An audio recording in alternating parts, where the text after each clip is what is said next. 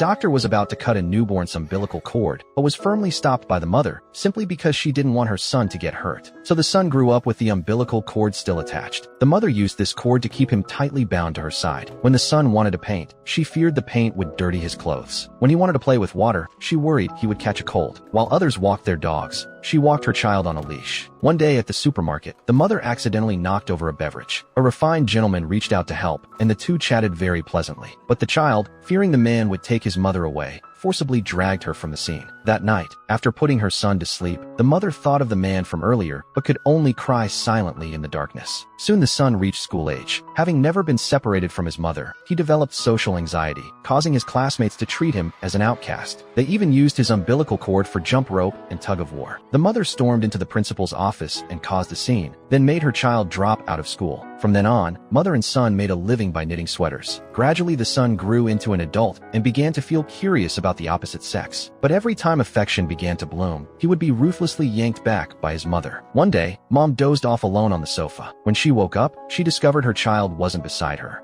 Following the umbilical cord, she found her son on a date with a young woman. Just as the two were about to hold hands, the mother pulled him back on the spot. This time, the son finally erupted. He grabbed scissors, wanting to cut the shackles that had bound him for decades. However, his mother fainted because of this, and he ultimately gave up struggling, choosing to remain tied to his mother. As days passed one by one, their clothing shop closed down, and they could only set up a street stall. Decades flew by in an instant. The son had reached middle age, and his mother's hair had turned completely white. He would often gaze at ordinary families passing by, his eyes full of envy. Who knows how much time passed before his mother fell ill? The son could only earn money during the day and care for his elderly mother at night, until the day death quietly took his mother away, severing the umbilical cord that had connected them for a lifetime. But with his mother's passing, he didn't know how to live going forward, and couldn't help but howl and weep. Perhaps from beginning to end, he had always been a child who never grew up.